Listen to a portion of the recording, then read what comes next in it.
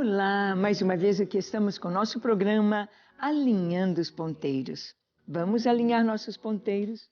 Vamos estar alinhados com a nossa vida bem certinha, com a Palavra de Deus e com o Senhor? Isto mesmo. Fizemos essa série de programas trazendo os fundamentos da nossa fé, os fundamentos da fé cristã, baseados no credo apostólico, a nossa confissão de fé cristã. São as estruturas básicas onde se apoia toda a nossa fé. E no programa de hoje conversaremos sobre algo que está aqui na nossa confissão de fé, embutido ali na vida eterna. Vamos conversar sobre a morte eterna. O que seria a morte eterna? Quem vai receber morte eterna? Vamos ver o que a palavra de Deus nos diz? Vamos deixar o nosso coração aberto para ser ensinado pelo Espírito de Deus? É isso aí. O programa Alinhando os Ponteiros já começou.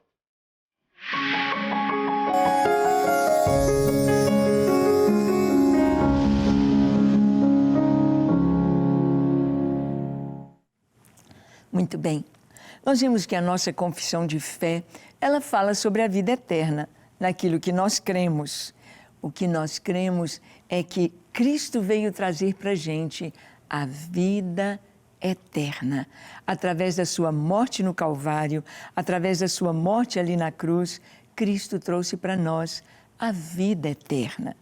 Vamos ver no credo apostólico, lemos assim: creio no Espírito Santo, na Santa Igreja Cristã, na comunhão dos santos, na remissão dos pecados, na ressurreição do corpo e na vida eterna.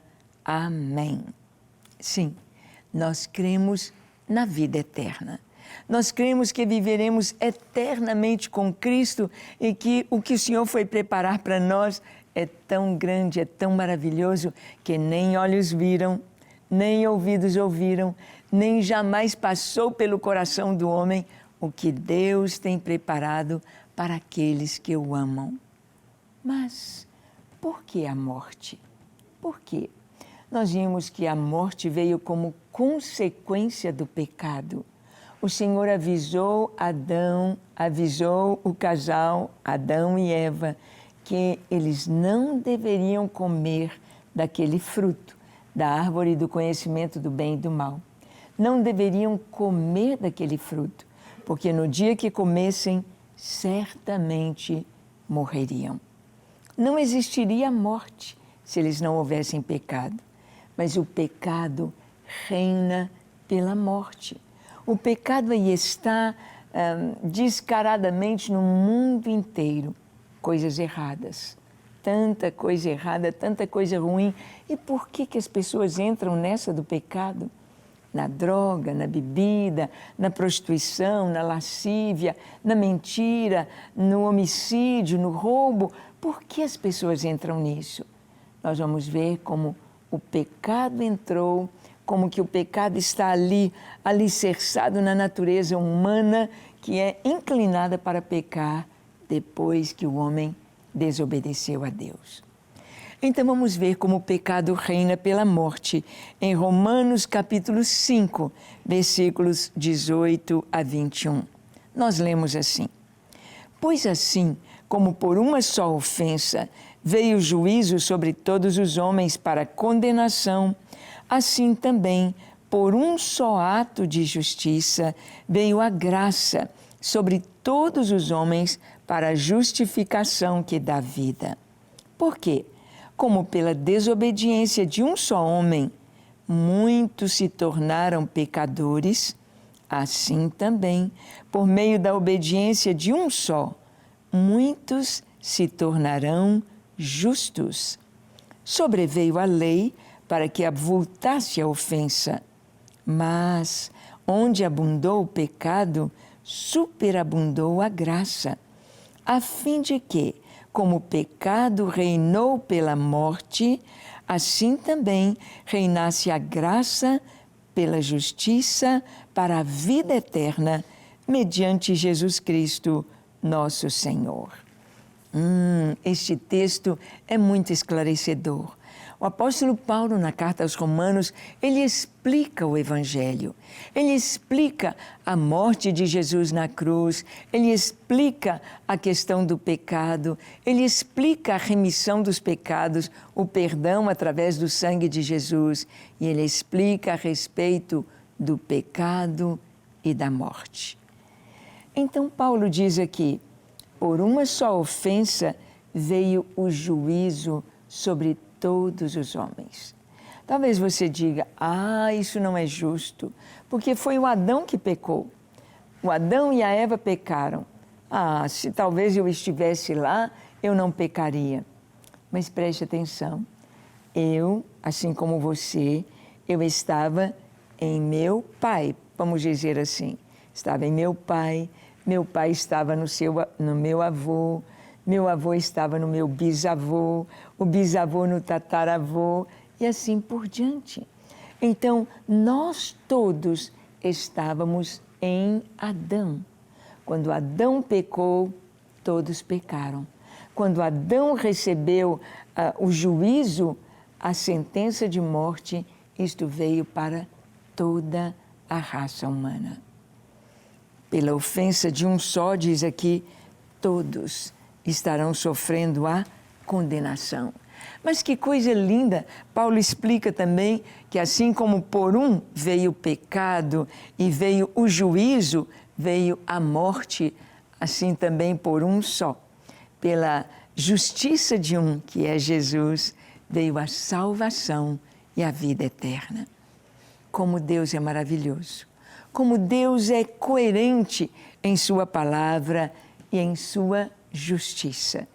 Ele disse a Adão, no dia que comeres, certamente morrerás. Mas, assim como ali do lado da árvore do conhecimento do bem e do mal, estava uma outra árvore, a árvore da vida. E essa árvore da vida é aquela que o fruto dela mantém vida para sempre, a vida eterna. O próprio Jesus disse que Ele é a vida. Ou seja, o que Jesus fez ali na cruz do Calvário em nosso lugar, dando a sua vida por nós, perdoando os nossos pecados, apagando a nossa dívida diante de Deus e da justiça de Deus, o que Jesus fez ali por nós, não só apagou nossos pecados, como trouxe para nós a vida eterna. Essa vida que está em Cristo, esta vida que nos é dada pelo Espírito Santo que vem habitar em nós. Por isso, Paulo diz, por um só ato de justiça veio a graça sobre todos os homens para a justificação que dá a vida. Mas nós sabemos que onde o pecado reina sobre a morte, ou pela morte, ou ele traz a maior de todas as consequências sobre o ser humano, a morte. E morte não é aniquilamento, morte é separação. A separação do corpo é a morte física, mas e a morte eterna? Nós vamos ver aqui que Paulo, continuando na explicação do Evangelho, na carta aos Romanos, no capítulo 6, de 20 a 23, Paulo diz que o salário do pecado é a morte. Ou seja, todos que pecam têm de morrer. O salário não é recompensa, não é um prêmio, não é um presente. O salário é o que é merecido. O salário é imediato. O salário é pelo que fez, pelo que foi feito. Quem peca tem de morrer. O salário do pecado é a morte. Vamos ver este texto aqui, Romanos 6, de 20 a 23, diz assim: porque quando éreis escravos do pecado, estáveis isentos em relação à justiça. Naquele tempo, que resultado colhestes? Somente as coisas de que agora vos envergonhais, porque o fim delas é morte. Agora, porém, libertados do pecado, transformados em servos de Deus, tendes o vosso fruto para a santificação e, por fim, a vida eterna. Porque o salário do pecado é a morte, mas o dom gratuito de Deus é a vida eterna em Cristo Jesus, o nosso Senhor. Paulo está dizendo aqui que quando éramos escravos do pecado, estávamos isentos em relação à justiça. Ou o escravo do pecado, aquele que trabalha para o pecado, vai receber o quê? O salário do pecado. E o salário do pecado é a morte. Jesus nos fala de dois caminhos na vida. Um caminho estreito que conduz à vida e um caminho largo que conduz à perdição. No caminho estreito, você tem limites, à direita e à esquerda. Você tem só aquele caminho para trilhar, mas é um caminho seguro, é um caminho de paz, é um caminho de alegria, é um caminho de obediência, é um caminho com a presença de Deus conosco. É um caminho de vida. O caminho largo, pelo caminho largo, as pessoas fazem o que elas querem. Elas escolhem o estilo de vida que querem. Elas escolhem ser o que querem ser, fazer o que querem fazer. Elas não querem prestar contas a ninguém, como se não tivessem de prestar contas. Só que toda a raça humana, todos os seres humanos foram feitos por Deus e para Deus e vão prestar contas a Deus. Aquilo que a pessoa faz achando, eu sou dono do meu nariz, eu faço o que eu quero, ninguém tem nada com isso, eu mando em mim, eu quero ser feliz e pronto, acabou. Só que ela vai prestar contas, porque tanto a nossa escolha para o bem traz coisas boas para todo mundo ao nosso redor, quanto a nossa escolha para o pecado traz consequências para todas as pessoas ao nosso redor. Não pense que você é dono do seu nariz. Não pense que as suas escolhas não afetem as pessoas. Sim, afetam os que estão mais próximos de você. E a todos, onde você mora, a sua cidade, até o seu país. Tudo que nós fazemos tem e traz consequências. E Paulo aqui está dizendo que o que fazíamos quando escravos do pecado, que resultado tivemos? Resultado dos quais nos envergonhamos. A pessoa bebe, bebe, bebe, bebe, depois ela faz um monte de sujeira, fala um monte de bobagem, quando não, às vezes agride a quem mais ama. É bom isso? É certo isso? É a consequência da sua escolha. Chega a um ponto que ele não tem mais domínio sobre o seu próprio corpo, a sua própria vontade, e o pecado o domina. Sim, há quantas pessoas que não queriam fazer o que fazem, mas estão dominadas pelo pecado, pelo vício, estão dominadas. Tornam-se escravos, mas quando somos libertos do pecado, somos transformados em servos de Deus e temos o fruto de servir a Deus, que é santificação. Santificação aqui e depois vida eterna. Vida com Deus, em Deus. O que nos aguarda é tremendamente grande, é tremendamente maravilhoso, não dá nem para imaginar, porque é muito além do que possamos imaginar. Só de pensar na Nova Jerusalém, uma cidade toda de ouro e de pedras preciosas. Onde existe isso aqui na terra? Mas aqueles que vivem no pecado e para o pecado, o salário do pecado é a morte. A morte. E a Bíblia nos fala da segunda morte. Apocalipse capítulo 12, de 10 a 11. Abra sua Bíblia e vamos ver. Apocalipse 2, de 10 a 11 diz: Não temas as coisas que tens de sofrer. Eis que o diabo está para lançar em prisão alguns dentre vós, para ser dispostos à prova, e tereis tribulação de 10 dias. Sê fiel até a morte, e dar-te-ei a coroa da vida. Quem tem ouvidos, ouça o que o Espírito diz às igrejas. O vencedor, de nenhum modo, sofrerá o dano da segunda morte. A primeira morte é a separação do corpo, do nosso espírito, ou do espírito e a nossa alma, a nossa parte invisível, real, que é o nosso espírito. Dizem assim, há uma expressão que nós somos um espírito que tem uma alma e que habita num corpo. Então, a primeira morte, ou a morte consequência do pecado de Adão e Eva, a morte pela qual todos os homens passam, essa separação do corpo. O corpo desce ao pó para que o espírito suba a Deus. Mas aqui está falando da segunda morte. Então Jesus manda escrever uma carta à igreja de Éfeso e diz: não temas o que tens de sofrer. O diabo vai lançar em prisão alguns para ser dispostos à prova, tereis tribulação de 10 dias, mas sê fiel até a morte e dar-te-ei a coroa da vida. O Senhor estimula os seus filhos a serem fiéis até a morte. As pessoas têm medo de morrer. Todo mundo tem aquele medo, aquela questão, porque nós não fomos feitos para morrer.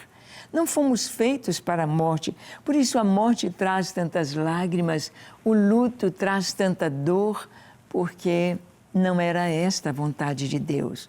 Quando Ele nos fez, quando Ele nos criou para viver eternamente. Mas aqui a palavra diz que aqueles que forem fiéis até a morte receberão a coroa da vida. Ah, eu quero esta coroa. Você quer essa coroa também? Coroa para reinar com Cristo para sempre. Coroa da vida, autoridade com vida, vida plena.